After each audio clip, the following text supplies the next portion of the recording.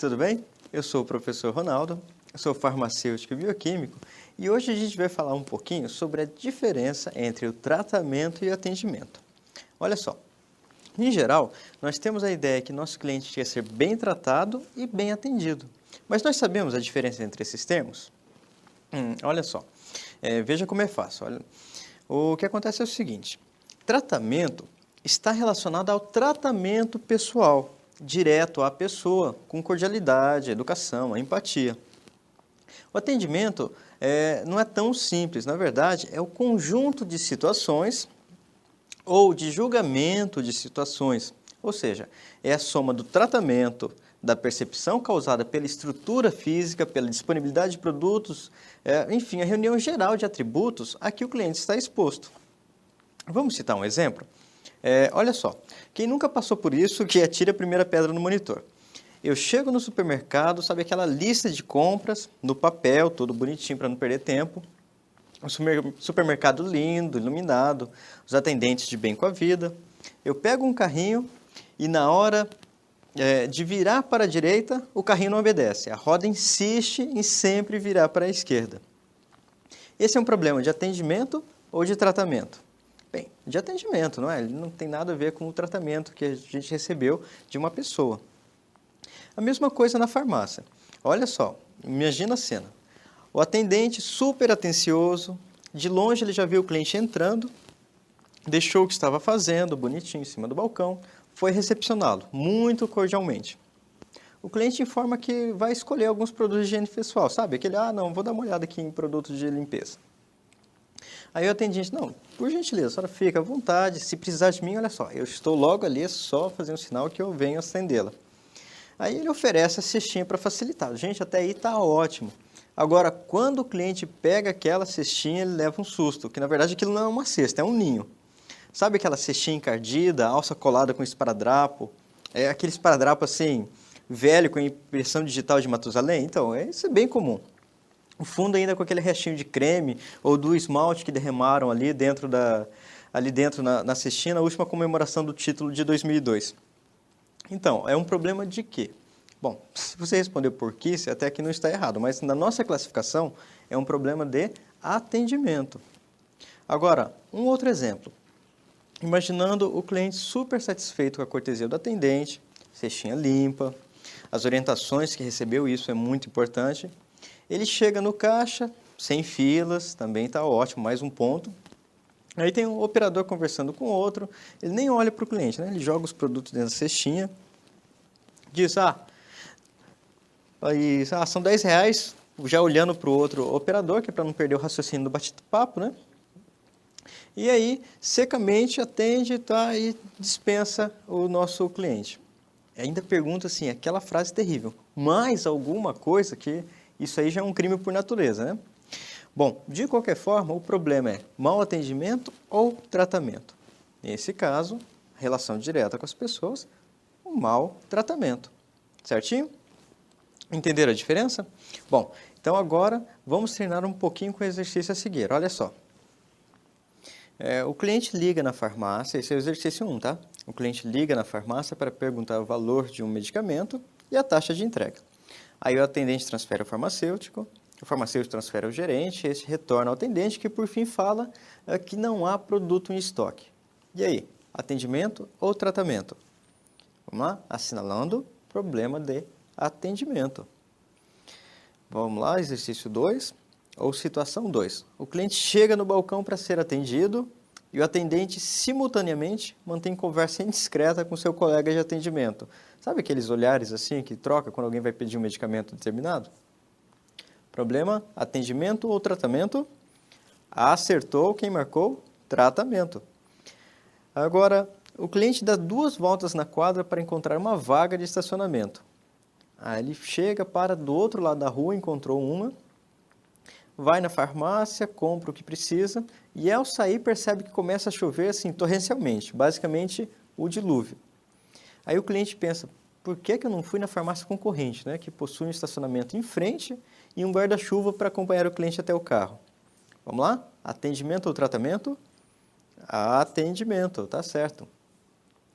Mais uma. O cliente chega com a receita na mão, O atendente alegre e sorridente, ao perceber que a receita solicitava apenas uma cartela de analgésico, ele instantaneamente fica carrancudo, sabe? Fecha a cara e rapidamente entrega o medicamento sem olhar para o paciente, indicando a direção do caixa. Vamos lá? Atendimento ou tratamento? Atendimento, errado, é tratamento, não é? Claro, ele fala está diretamente ligado à relação entre pessoas. Fácil, não é? Muito bem. Então, até a próxima e aproveite o curso. O que um atendente de farmácia deve esperar do mercado nos próximos 5 anos? E o que o mercado espera desse mesmo atendente nos próximos 5 anos? Olha só, pessoal, eu quero falar para vocês aqui especificamente para o atendente da farmácia. Quando eu falo do atendente, eu falo de todo mundo, né? Porque farmácia é um negócio que todo mundo atende, cara. Então, quando eu falo do atendente, eu não estou fazendo separação do dono, do gestor, do gerente, porque é o tipo de segmento que todo mundo tem que botar a mão na massa e fazer a coisa acontecer. Mas eu quero enumerar 4 pontos, pessoal, que eu vejo como uma pessoa que anda por aí, tem oportunidade de visitar os mais variados segmentos, os mais variados nichos de mercado, o que eu posso apontar para vocês uma direção onde tem 4 fundamentos básicos, que se o atendente entender isso, ele vai com certeza surfar essa onda de bem-estar que está chegando aí. O que é essa onda de bem-estar, Fábio? Essa onda de bem-estar é a indústria do bem-estar, que hoje está se ancorando dentro da farmácia, porque farmácia é o único segmento capaz de promover bem-estar de forma direta e indireta. Direta através do medicamento, indireta através de toda a perfumaria da farmácia, que na verdade não é perfumaria, né, pessoal? É setor de bem-estar da farmácia, ou HB, higiene e beleza. Perfumaria é perfume, né? Então são umas coisas que a gente tem que ir mudando esse conceito devagarinho. Mas vamos lá, 4 pontos então que o atendente precisa introjetar para poder surfar essa onda aí. Vamos lá? Primeiro ponto, pessoal. Não tem como um atendente hoje querer trabalhar numa farmácia e não gostar de gente. Entendeu? Ele tem que gostar de gente, porque ele vai trabalhar com gente para gente, e ele é gente, né? Então eu não entendo assim essa coisa que assim, eu não gosto de pessoas. Lidar com pessoas é um negócio difícil. Cara, se tu entrar nessa noia aí de que lidar com pessoas é um negócio difícil, tu vai ter muita dificuldade na vida, cara. Porque em tudo que tu faz, tu lida com pessoas. Mas por que eu destaco esse primeiro ponto para o atendente de farmácia? Porque, cara, as pessoas chegam na farmácia fragilizadas, entendeu? Geralmente elas vão numa farmácia porque elas estão doentes, sabe? Elas estão depressivas, cara. Não te esquece que o Brasil é líder mundial em venda de antidepressivo. E onde é que esse povo vai? Né? O povo vai na farmácia. Então, grande parte das pessoas que você atende, há uma grande chance de a cada 5, um é depressivo. E eu não conheço nenhum depressivo que sai, que legal, tô depressivo hoje, que bacana. Não, cara, o cara tá muito ruim. Então, se você não tiver essa habilidade de gostar de pessoas, de estar com pessoas, né, de ser carinhoso, afetuoso, atencioso, cara, essas coisinhas, entendeu? Às vezes as pessoas me perguntam assim, Fábio, quais são os critérios para contratar um atendente para farmácia, perfumaria, um gestor de perfumaria e tal? Eu digo assim, cara, tu tem que achar alguém que goste de gente. Sabe? É o primeiro critério, o cara tem que gostar de pessoas. Segundo ponto, o segundo ponto, cara, o atendente de farmácia hoje, para atuar de forma estratégica na farmácia, ele tem que valorizar o bem-estar. Como assim valorizar o bem-estar? O cara tem que ser meio vaidoso, Fábio. Também, né? Mas não é somente a questão da vaidade, ele tem que realmente valorizar bem-estar. Ele tem que ser uma pessoa que transmite bem-estar, que vende bem-estar. Que o cliente, ao entrar na farmácia, olha para ele e fala assim, uau, quero ser como ele, né? Por que as meninas que trabalham na perfumaria? Eu não admito, cara, numa farmácia, uma menina que... o que você faz? Eu sou perfumista. Aí eu chego para ela, cara, ela nenhum batom ela tá usando. Sabe? Então, cara, você vende muito do que você oferece, através da tua postura, através do teu posicionamento, né? Através do valor que você dá para aquilo que você vende. Então, quer vender bem-estar? Valorize bem-estar. Eu já tive casos assim, pessoal, de farmácia que o cara tá ali, às vezes com cheiro de cigarro, sabe? Poxa, cara, como é que tu vai querer vender uma coisa se tu não começa por você? E eu tenho outras farmácias que os caras só contratam top, os caras bonitão, bombadão, as meninas top, lindas e tal, mas às vezes também não gostam de gente. Tu tá entendendo? Então, cara, o desafio hoje pro atendente de farmácia é grande. Terceiro ponto, cara, tu tem que gostar de mudança.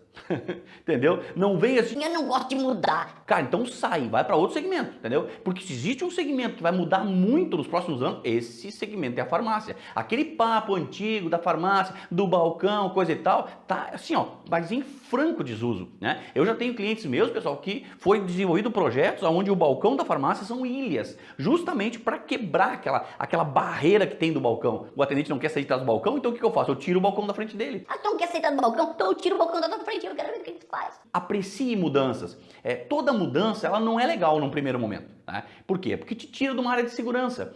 Não é área de conforto. Não, conforto não, porque não é confortável. Você não está confortável com o que você ganha, você não está confortável com o que você faz. Pode ver, então não é uma área de conforto, mas é uma área de segurança, porque você se sente seguro sempre fazendo as coisas mais ou menos do mesmo jeito. Aprenda a gostar da mudança. E quando você perceber que as coisas estão meio paradas, o que você vai fazer? Você vai mudar, né? Então comece por você. Não fique esperando que a farmácia tenha que mas o dia que a farmácia mudar, aí eu mudarei. Mas o dia que nós tivermos um layout diferente, eu mudarei minha posição, eu mudarei meu posicionamento, eu mudarei minha forma de atendimento. Tu não vai mudar, cara. Porque você está esperando que alguém mude para você mudar. E finalmente o quarto ponto, eu deixei por último, que é o que eu acho mais fantástico, é aprenda a lidar com a pressão. Pressão.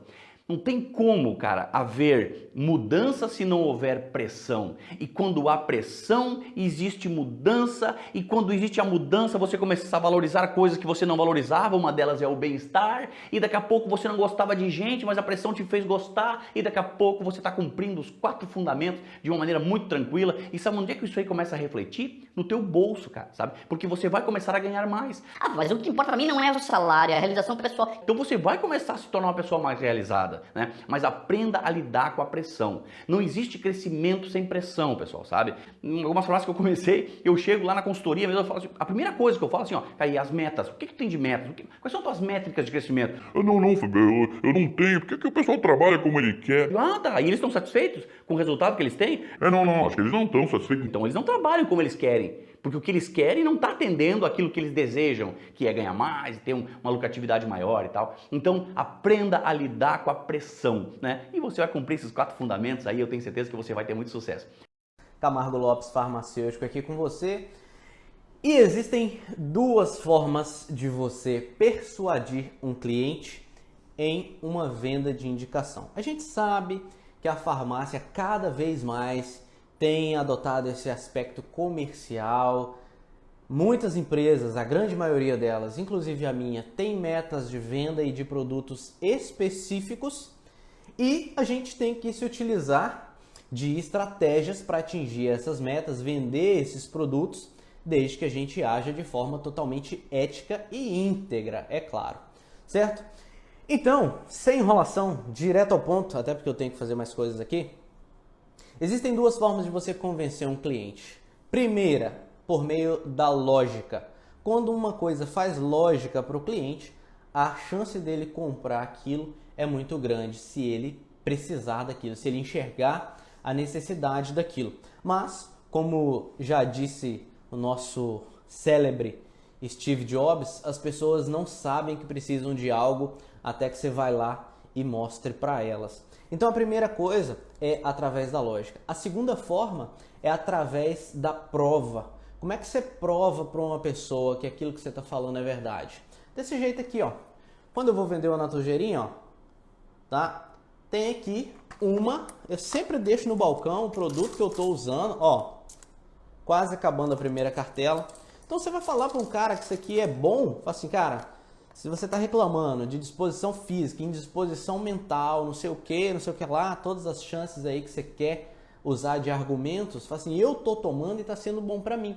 As pessoas tendem a comprar de pessoas em quem elas confiam e que provam aquilo para elas, tá? Por exemplo, tomei a nova Pharmaton Complex, os caras contrataram aquele cozinheiro famoso, tá aqui ó, frasquinho vazio, tomei tudo, só tem ali a sílica ali dentro.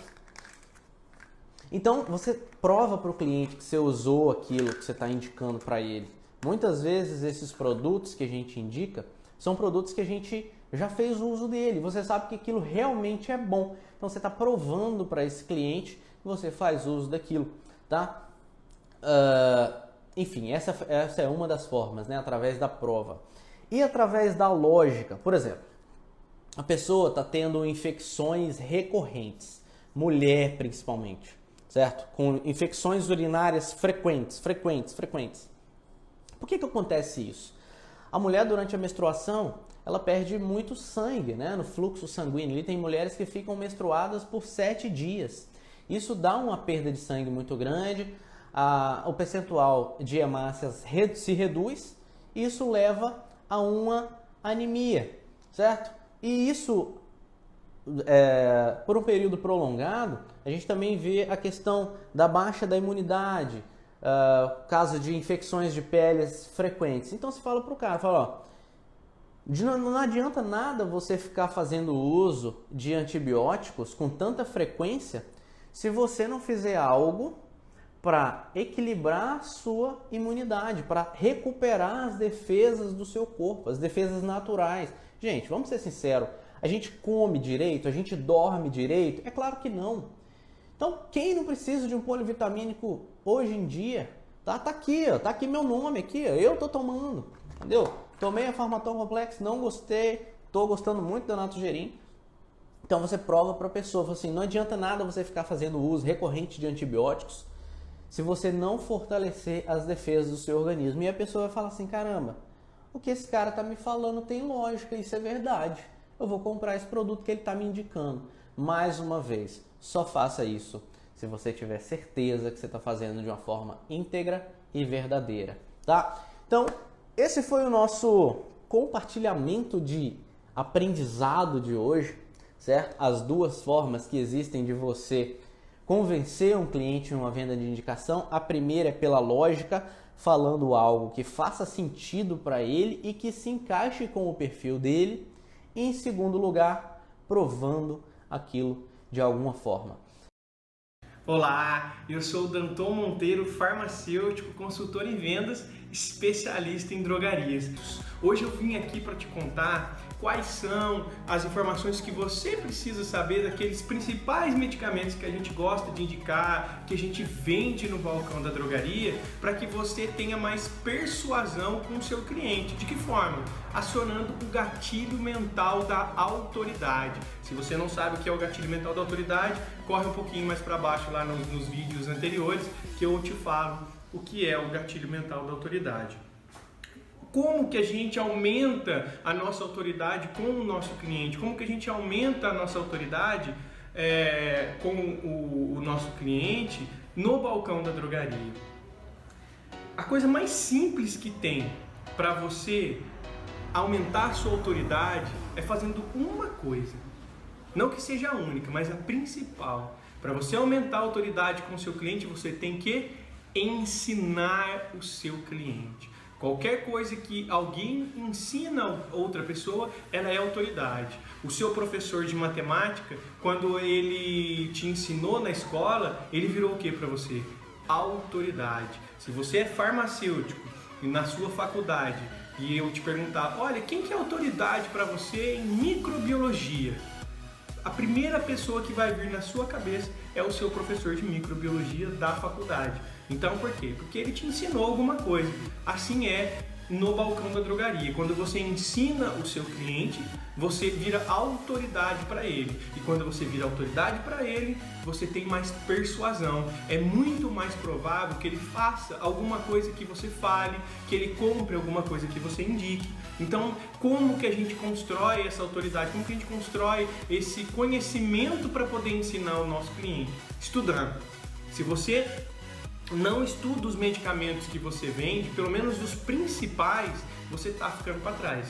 Porque você não vai conseguir convencer o seu cliente de que aquilo é bom. Por que aquilo é bom? Simplesmente, olha, isso aqui é bom porque todo mundo compra. E aí? Né? Uma pequena fatia dos seus clientes vai levar o seu medicamento com esse argumento que você está falando. É muito importante que você tenha vários argumentos, várias informações sobre o medicamento para que você consiga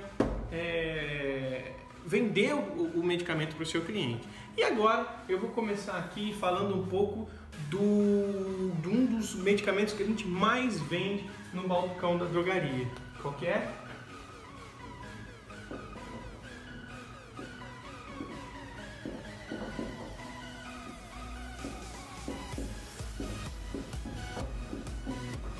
Omeprazol. O omeprazol é um medicamento que muita gente compra, né, por conta da eficácia, da eficiência que ele tem contra diversos problemas gástricos. Ele é um medicamento perigoso, né, você vai entender aqui agora que eu vou te falar. mas é muito importante que você tenha conhecimento sobre ele, porque muita gente vai comprar ele com receita na sua drogaria e muita gente vai querer comprar sem receita, porque alguém indicou, porque alguém falou que é bom, ou às vezes você falou que era bom. Então é importante que você esteja embasado e saiba porque ele é bom, né? Então algumas informações para você com relação ao omeprazol, tá? Primeiro, quais são as indicações do omeprazol? Você sabe quais são as indicações do omeprazol? Para que ele é indicado? Ah, ele é indicado para dor de estômago. Será que é só para isso? Né? Primeiramente, né, vamos aqui. Ele é indicado para gastrite,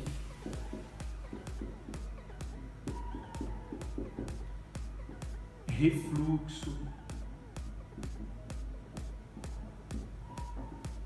esofagite, causada pelo refluxo, alguns estágios da úlcera, quando não se trata a gastrite direito e ela vira uma úlcera, quando não controla-se a alimentação. Então você pode evoluir, né, na doença que o seu cliente, que o seu paciente tem, né, o seu cliente. O omeprazol, ele é um inibidor da bomba de prótons, assim como o pantoprazol, o lansoprazol, o esomeprazol. Tem vários medicamentos que fazem parte dessa classe de medicamentos. E o omeprazol é o mais antigo, é o que tem um custo para o seu paciente, né, um valor menor. Então, muitos médicos passam, né, postos de saúde têm esse medicamento para dar. Então, são diversos os benefícios que ele tem. Ele é indicado para esse tipo de doença. Então, às vezes, se o cliente seu vai na sua drogaria, eu tô com diarreia, você tem omeprazol aí? Meu, uma coisa não tem nada a ver com a outra. Ou às vezes está na receita do médico lá, o omeprazol junto com um bromoprida, junto com um metoclopramida, junto com outros medicamentos. Ele vai falar, poxa, o bromoprida que estava na receita, ele é para náusea e vômito. Ele vai achar que o quê? Ele vai associar que, como estava na receita, que se ele tiver com náusea e vômito, ele tomar um omeprazol vai resolver. Então ele vai lá, me dá um omeprazol porque eu tô com enjoo. Aí você fala, olha, não é bem por aí. Então tudo que o seu cliente vai na drogaria que você trabalha pedir para você sem receita, você tem que questionar ele para que é. Né? E aí ele vai dizer, com o conhecimento que você tem e vai adquirir estudando, você vai questionar. Fala, olha, por exemplo, nessa situação que eu dei um exemplo aqui, olha, o omeprazol, senhor, não é bem para náusea nem para vômito. Ele é mais para quê? Para gastrite, para refluxo, para coisas relacionadas à dor de estômago, né?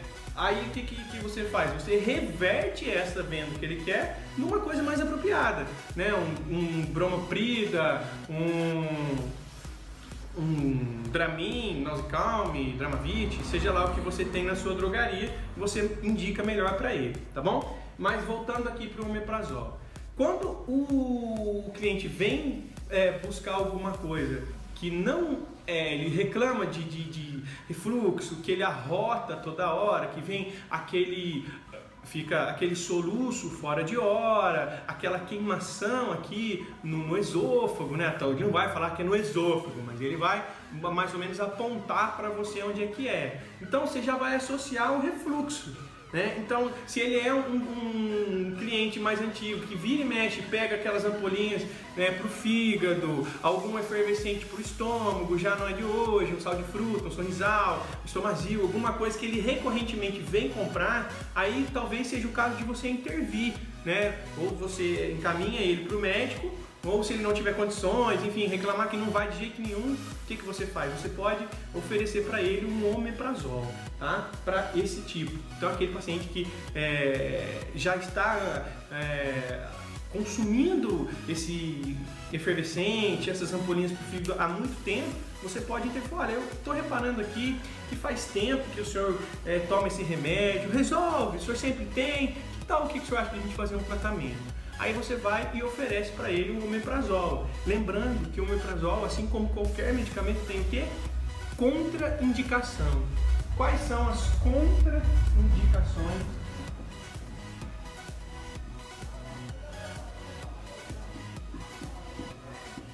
do omeprazol?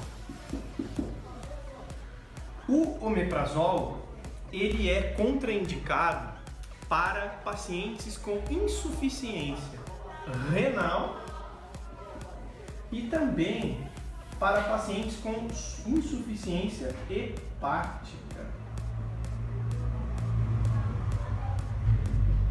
Pacientes que já tiveram algum tipo de doença renal, tiveram ou têm algum tipo de doença renal, né, que fazem hemodiálise, que já tiveram cistite, que fizeram transplante de rim, enfim, esses pacientes não devem tomar o omeprazol, a não ser que o médico deles do rim recomende. Tá? E pacientes que já tiveram cirrose, que já tiveram algum tipo de hepatite, enfim, pacientes que já têm o fígado comprometido, também não é o caso de você oferecer para ele um omeprazol. Pede para procurar um médico que faz o tratamento da doença dele. Tá? Então, pacientes que têm essas comorbidades são contraindicados para a administração de omeprazol. Tá bom? E aí, outra informação muito relevante, é uma informação comum, mas eu friso aqui que o omeprazol, ele tem uma peculiaridade na administração dele. Qual que é? O omeprazol, ele tem a posologia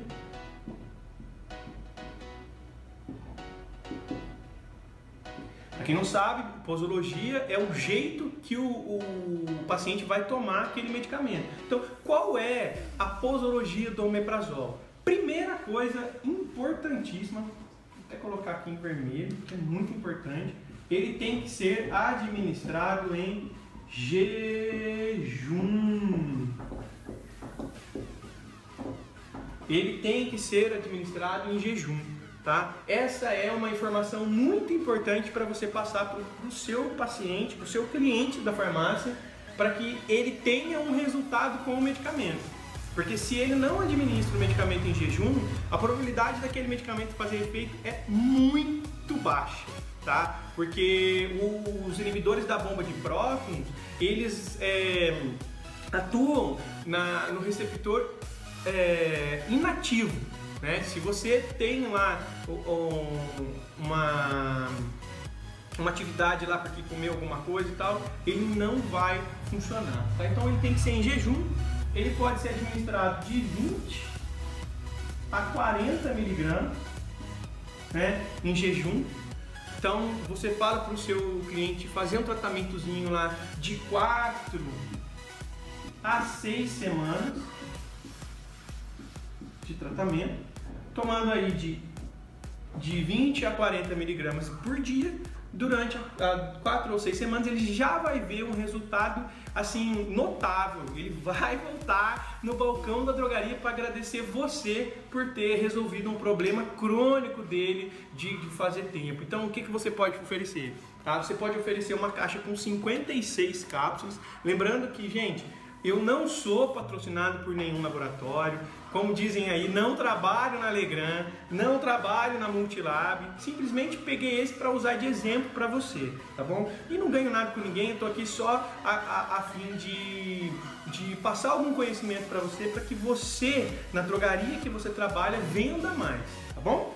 Então, sem prejudicar o seu paciente. Tudo que eu falo é em benefício tanto do paciente quanto da drogaria, tá bom? Nunca um dos lados vai perder.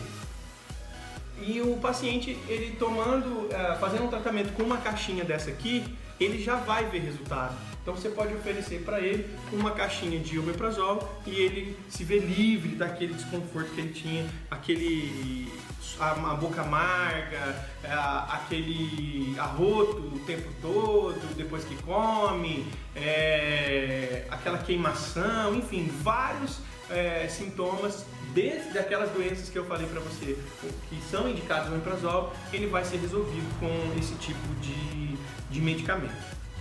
Bom, continuando aqui a nossa sequência de medicamentos que você pode vender no balcão, os principais medicamentos que você pode indicar e para aumentar a sua persuasão com o seu cliente, aumentar a probabilidade de você efetivar uma venda. Então, agora a gente vai falar do medicamento à base de cetoconazol, betametasona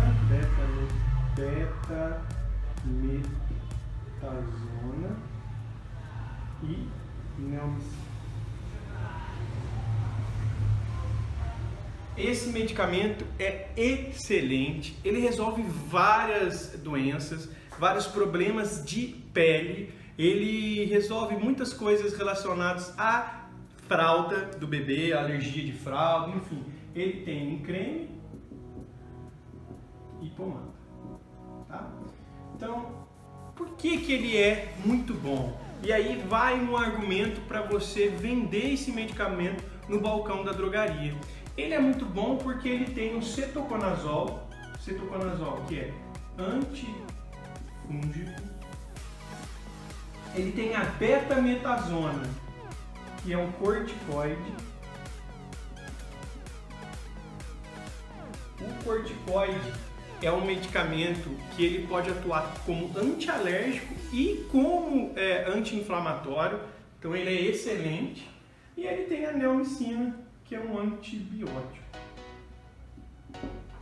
Então são medicamentos, são princípios ativos que juntos podem combater a diversas doenças, né? Ele é recomendado para dermatite, ele é recomendado para desidrose, que é aquela doença que dá na mão e no pé, que começa a descamar. Então, às vezes, o paciente está usando várias coisas, não resolve, você indica essa, ela resolve. Contra diversas alergias, ele é indicado também para aquela alergia de fralda do bebê, né? Então, em uma ou duas passadinhas, ele já resolve. E como que é a posologia dele? A posologia, ela é de 1 a 2 vezes ao dia, tá? Não passando disso. Uma vez ao dia à noite, geralmente a gente indica, porque daí a pessoa não sai no sol para expor aquele medicamento à radiação, enfim, orienta a passar pela noite. Se for uma infecção mais grave, né, uma afecção que tome um pouco mais de espaço, que precisa usar maior quantidade, aí você recomenda 2 vezes ao dia, tá bom? Mas evitar sair no sol com o medicamento. Então você tá lá, você pode falar, olha, essa pomada aqui ela é excelente para isso que você tem. Por quê? Porque ela é completa. Ela tem o cetoconazol, que é antifúngico, ela tem a betametasona, que é um corticoide que pode atuar como antialérgico e anti-inflamatório, e ela tem a neomicina, que é um antibiótico que pega alguns tipos de infecção. Então, se for alergia, algum tipo de infecção, algum tipo de micose, essa pomada resolve, né? Então, assim, se você oferece tudo isso para ela, todo esse argumento, e você enfatiza os argumentos, fala, olha, isso é muito bom, porque resolve isso, tem isso, né? Põe a emoção naquilo que você está falando, que com certeza você vai convencer mais. Você está passando propriedade de conhecimento que você tem sobre esse medicamento que você está vendendo para o cliente, tá bom? E aí você fala que é de 1 a 2 vezes ao dia, que pode usar no máximo aí uns 10 dias seguidos. Então geralmente é de 5 a 10 dias, tá? Para usar essa pomada. Essa pomada, ela é contraindicada, tá? Contraindicada para catapora, não resolve, atrapalha, e herpes.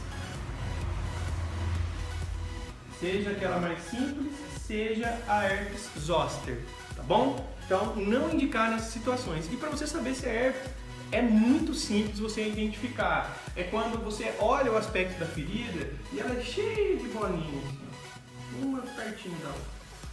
Bom, é um monte de bolinha junto. Toda vez que tiver um monte de bolinha junto, é herpes? Não.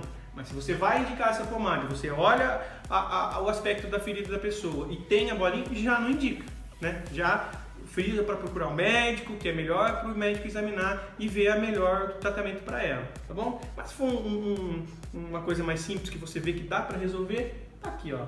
É essa a indicação que você vai fazer. Então eu tenho aqui, né, só para dar uma variada nos laboratórios, para não falar que eu trabalho em um ou no outro, tenho esse aqui, que é o cetoconazol genérico junto com betametasona e neomicina. Existe nas apresentações de creme e de pomada, né? Ofereça lá para o seu cliente, se ele gosta de uma textura mais oleosa ou uma textura diferente, você pode oferecer um creme, enfim. Oferece para ele e enfatiza todos os benefícios, tudo que ele resolve, põe na cabeça que vai funcionar para o seu cliente, que certamente, além dele levar, vai resolver o problema dele e a sua autoridade vai subir exponencialmente com esse seu cliente. Agora a gente vai falar de um grande medicamento, um princípio ativo sim, excepcional, tanto para criança quanto para adulto, que faz com que elimine eficientemente o catarro do peito, tá bom?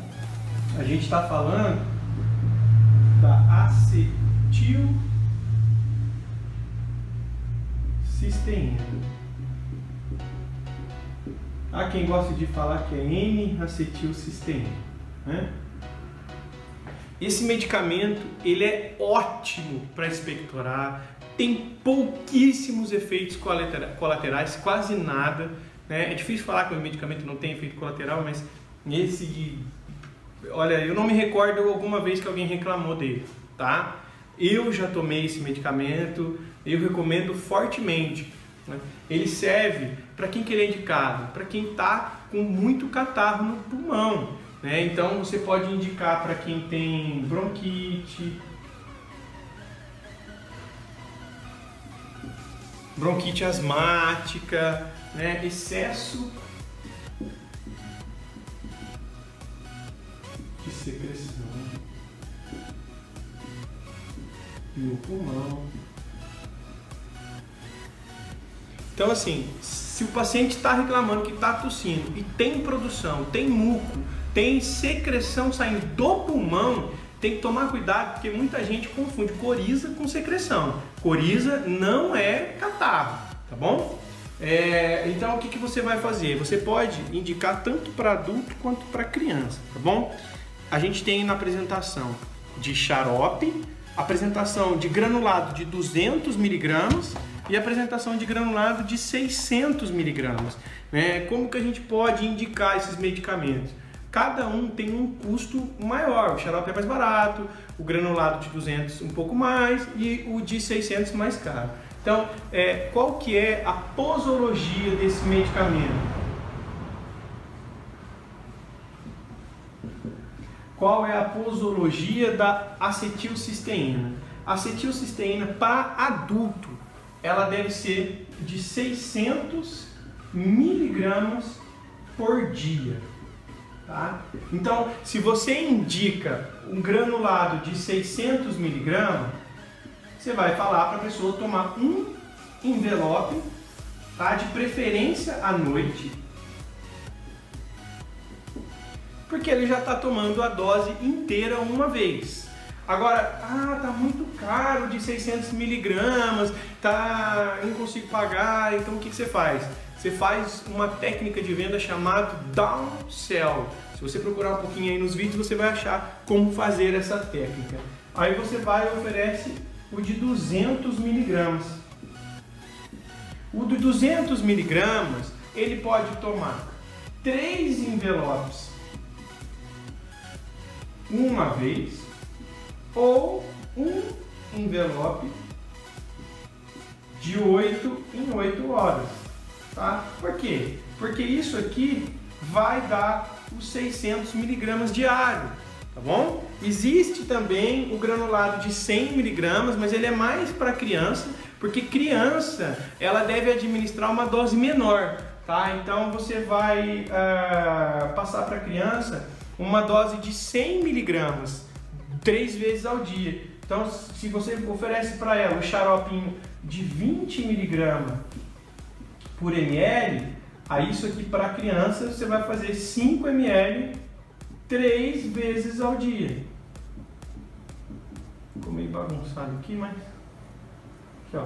Esse é para criança. 20 miligramas por ml a concentração do xarope, 5 ml 3 vezes ao dia. Se você oferece para o adulto o de 40 miligramas em xarope, né, aí o que vai ser?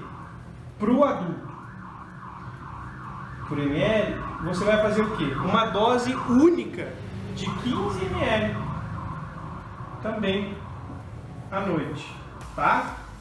Porque ele vai ingerir os 600 miligramas diário, tomando 15 ml à noite. Então tá aí um grande xarope. E aí vai o argumento para você falar para o seu cliente, para você convencer, mostrar a autoridade, mostrar que você entende. Olha, o cliente chega, putz, estou tossindo muito, com muito catarro, tá difícil, não consigo dormir. Aí o que você faz? Olha, eu tenho um excelente xarope para você aqui.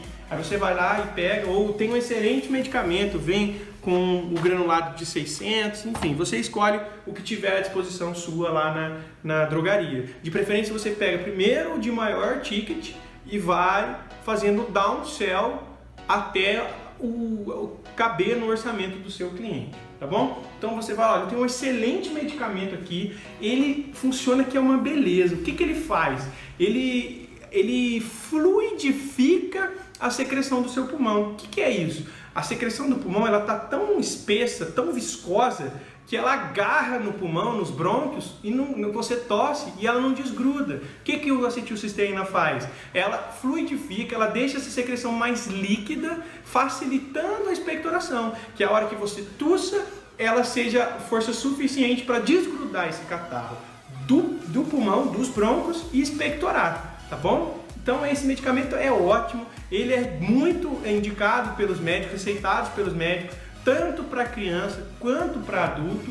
E aí eu friso para você, falar para o seu cliente que se passar mais de 5 dias tossindo sem motivo, ele tem que procurar o médico, porque às vezes pode ser uma coisa mais grave, tá bom? E salvo outros casos normais de tosse, que todo mundo tem, só indicar esse xarope que é ótimo, tá bom? E uma vez ele foi no médico, ele estava com tosse com catarro, o médico foi lá e passou a acetilcisteína para ele. Aí ele ficou bom, né, expectorou tudo, parou de tossir legal. Tempos depois, o seu cliente vai e tem o quê? Tem tosse. Só que dessa vez é uma tosse alérgica, é uma tosse seca, que não resolve com a acetilcisteína. Aí ele vai no balcão da farmácia e fala, olha, você não me vê um xarope, por favor? Eu quero esse aqui, ó. Aí traz ainda recortadinho da caixinha para você. Acetilcisteína. Aí você, como um balconista ruim, vai lá, sim, esse, tal, pega, vende para ele, ele vai embora e não resolve o problema dele. Então, qual é a sua função nesse caso? Ele vai falar, eu quero esse medicamento aqui, tá? Sim, tudo bem, eu tenho ele aqui, mas para que é? Não, é que eu tô com muita tosse e esse medicamento da outra vez foi bom. Eu falei, nossa, que bom, esse realmente é um bom medicamento. Mas só me responde uma coisa, a sua tosse, ela é com catarro ou sem catarro? É seca? Minha tosse é seca. Senhora, esse medicamento não serve para tosse seca, ele só serve para tosse com catarro. Aí o que você vai fazer? Vai pegar um outro medicamento específico para tosse seca, tá bom? Lembrando que o cliente ele tem que levar um medicamento que vai funcionar, senão ele vai achar que você não sabe vender um medicamento para ele, tá bom? Então você tem que aumentar a sua autoridade com ele, resolvendo um problema dele. Você vai, através de informações que você vai aprendendo aqui, que você vai estudando nas bulas, no DEF, na internet, seja onde você for procurar informação, você vai crescer. E com essas informações que você vai adquirindo, você orienta o seu paciente. Então, sem informação, você não consegue orientar o seu paciente e você vai vender um medicamento para ele que não vai funcionar e ele vai achar que você não sabe de nada e vai procurar alguém que saiba. E ele vai encontrar. Tá bom? Então, continue assim, capacitando, buscando informação para que você venda muito mais no balcão da drogaria que você trabalha. Um outro medicamento muito bom para a gente indicar no balcão da drogaria, que tem um ticket muito interessante, tem um valor agregado alto e dá um benefício extraordinário na vida do paciente, são os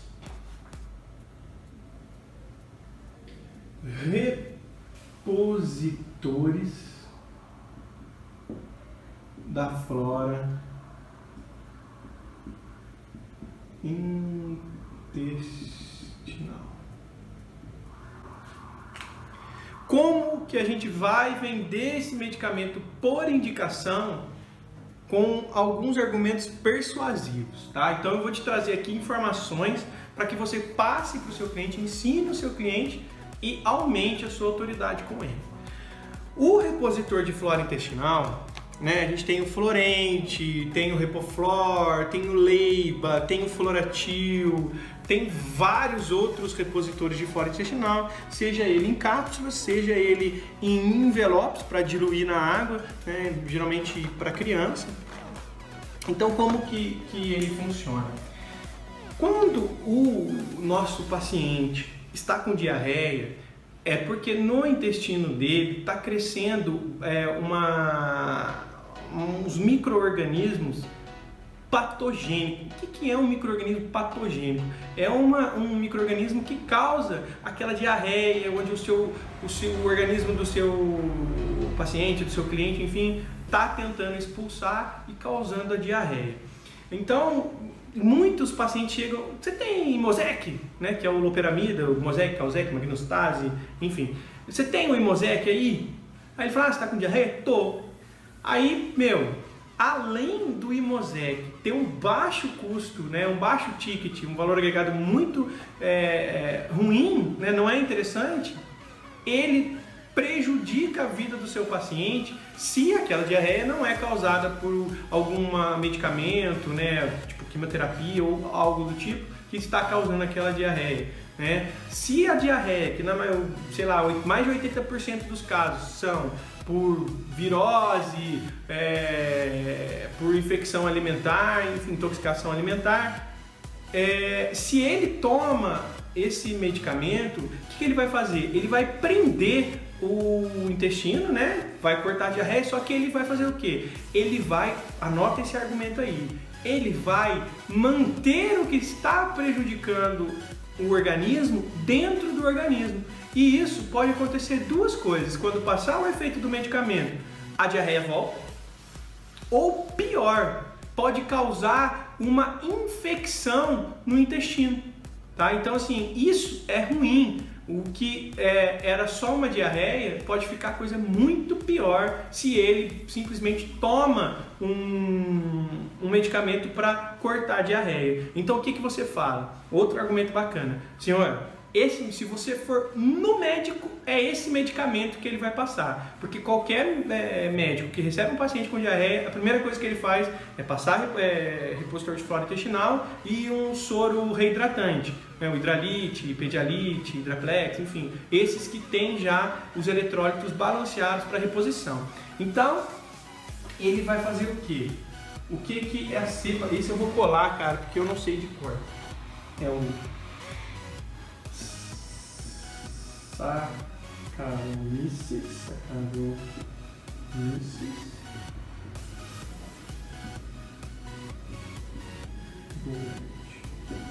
Esse medicamento, essa cepa de bactérias, além de ela estimular a produção da cepa de bactérias fisiológica do nosso corpo, ele inibe o crescimento das bactérias patogênicas, como eu disse, as que estão causando a diarreia. E elas são resistentes à acidez do estômago, a tudo aquilo que tem no suco gástrico, e ela passa viva, né, por esse trajeto, chega no intestino e consegue repor a flora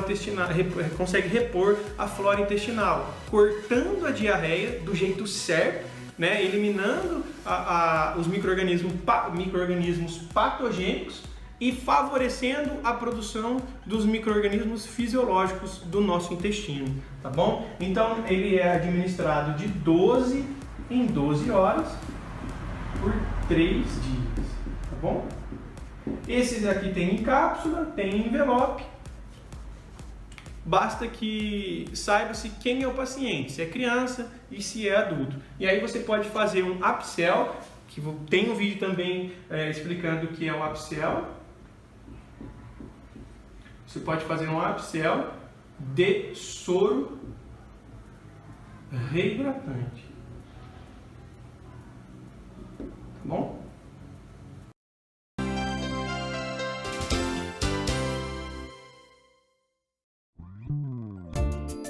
Tanto a farmácia como a drogaria são estabelecimentos que possuem uma grande quantidade de medicamentos e outros produtos de diferentes marcas. Esses produtos precisam ser devidamente organizados, de preferência por seções, assim como é feito nos supermercados, por exemplo. A recomendação é para que sejam criadas seções específicas de acordo com o tipo de produto. Por exemplo, seção de comprimidos, drágeas, cápsulas, pastilhas e pílulas. Seção de injetáveis. Seção de medicamentos líquidos, suspensões, geleias, elixires, sprays, gotas e xaropes. Seção de cremes, pomadas, supositórios, pós e grânulos. Seção de envelopes de comprimidos ou de pós, apropriados para comercialização avulsa. E seção de medicamentos de venda controlada. Cada farmácia tem a sua forma de armazenar medicamentos. Eu vou apresentar as maneiras mais comuns, mas é importante que você, ao começar o trabalho numa farmácia, se informe sobre a maneira na qual os medicamentos são armazenados. Como você pode observar, a maneira mais comum de disponibilizar medicamentos é em estantes. Em alguns locais podem ser em gavetas, mas de maneira geral você vai encontrar com mais frequência em estantes. A maneira mais simples de armazenar medicamentos é ordená-los por ordem alfabética. Você vai ordenar iniciando pela letra A e colocando os medicamentos na sequência. Isso facilita no dia a dia a localização na hora de atender um cliente. É comum também a gente observar que algumas farmácias ordenam os medicamentos por ordem alfabética, mas separando cada medicamento em grupos.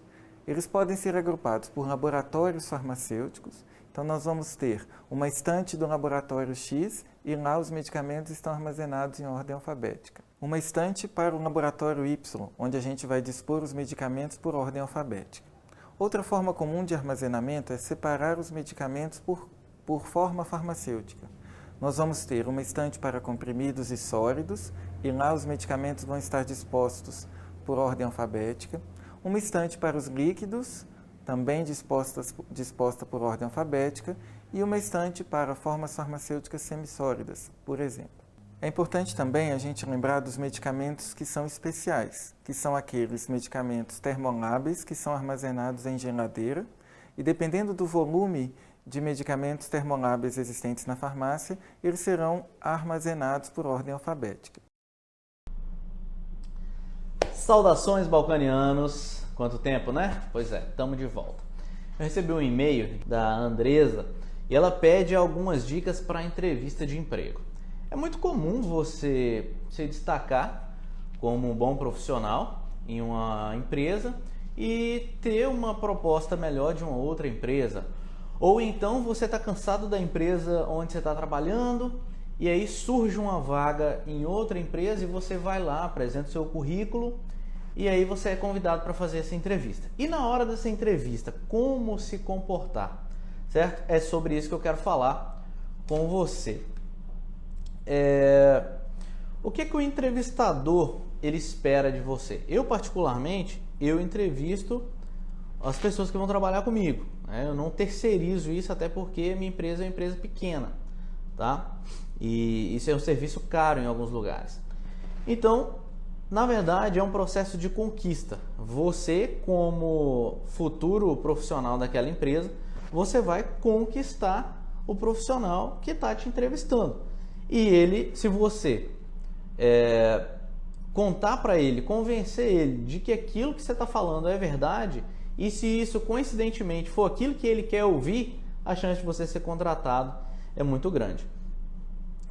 Por exemplo, alguns testes que são feitos em farmácia, para contratação de farmácia, visa principalmente a eliminação de alguns candidatos.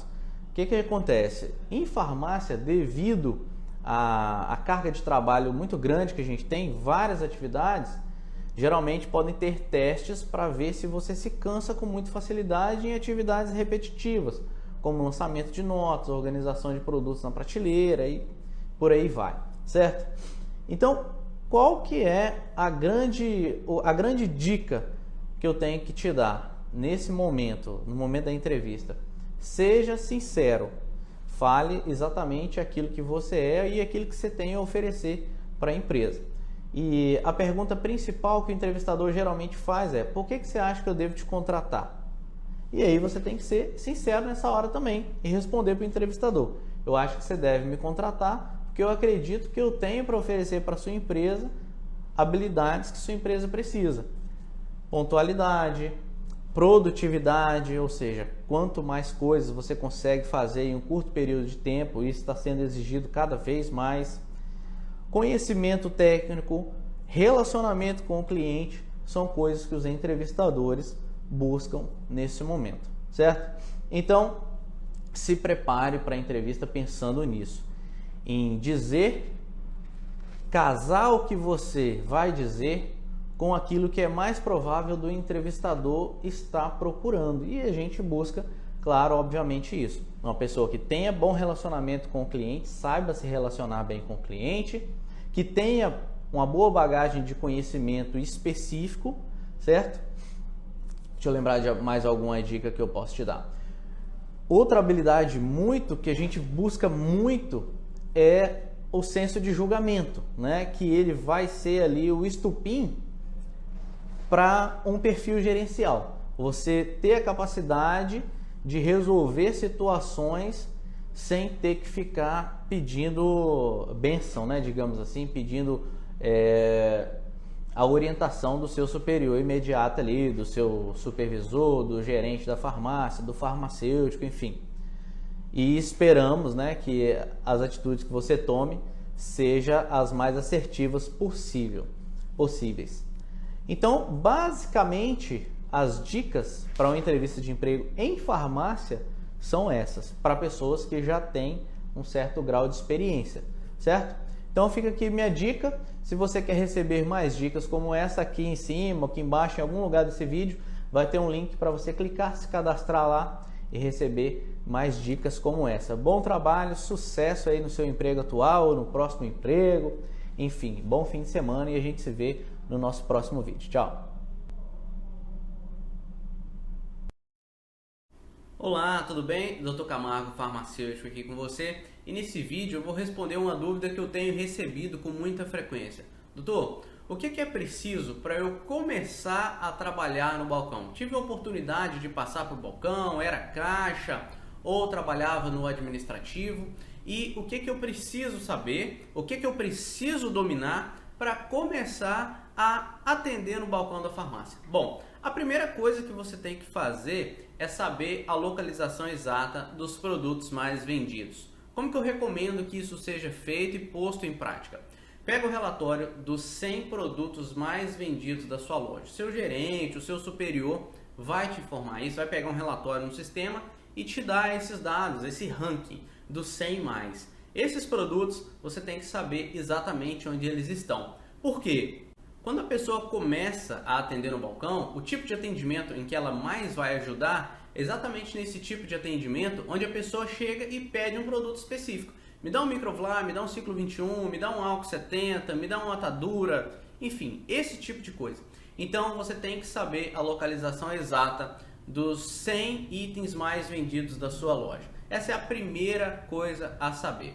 A segunda coisa que você tem que dominar para começar a trabalhar no balcão são os fundamentos básicos do atendimento ao cliente. A abordagem é a primeira delas. Como é que você aborda uma criança? Como é que você aborda um adulto? Como é que você aborda um idoso? Esse tipo de coisa com base na política da empresa onde você está trabalhando. Dentro ainda desse segundo passo, para começar a atender no balcão, você tem que saber identificar o tipo de atendimento que você está fazendo ali. Existem basicamente 3 tipos de atendimento. O de pedido ou encomenda, que a pessoa chega e pede uma coisa. O de atendimento a uma receita médica, onde você vai saber identificar os produtos que estão prescritos ali. e preparar aquilo nas quantidades ideais, alternativas caso você não tenha exatamente aquele produto específico para atender ao cliente. Você tem que ter noções básicas disso. Em terceiro lugar, você tem que saber identificar quando o cliente precisa de uma venda de indicação. É claro que de início você não vai saber trabalhar com indicação de medicamentos, então você vai chamar o seu farmacêutico ou um balconista mais experiente que tenha dentro da empresa para te ajudar naquele tipo de atendimento. E para fechar, o que você tem que dominar para começar a atuar no balcão? A classificação básica ou a indicação básica de todos os produtos que estão na prateleira e entre os cartelados da farmácia. Isso é bem simples. É você saber olhar para um Ambroxol e saber que aquilo ali serve para tosse com catarro, por exemplo. Nem se preocupe muito com a classificação oficial. Ah, isso é um expectorante mucolítico. Não, se preocupa. Isso aqui serve para tosse com catarro. Saber bater o olho ali no anticoncepcional e saber, isso aqui é um anticoncepcional. Isso aqui serve para dor, isso aqui serve para febre. Isso você vai ter que dominar, saber pelo menos de todos os cartelados, de todos os produtos que estão na prateleira, para começar a atuar no balcão. Tá, doutor Camargo, isso não acontece da noite para o dia. Não acontece mesmo da noite para o dia. Em média, e é um processo que tem que levar aí no máximo 15 dias para que você tenha feito tudo isso, certo? Saber a localização dos itens mais vendidos dentro da loja, onde estão cada um deles. Saber a indicação básica dos produtos, pelo menos dos medicamentos. E saber noções básicas de atendimento. Feito isso, você já está preparado ali para começar a enfrentar o desafio de balcão. É claro que é um processo que está em contínuo desenvolvimento, a gente nunca está totalmente pronto, eu ainda não estou pronto, mesmo 11 anos já trabalhando no balcão de farmácia. Então, dia após dia tem coisas que você vai poder melhorar, beleza? Então é isso que você tem que saber para começar a trabalhar no balcão. E caso você já tenha experiência e está assistindo esse vídeo, talvez um dia você possa vir a treinar, precise treinar outra pessoa. Então comece por aí, por esses 3 passos.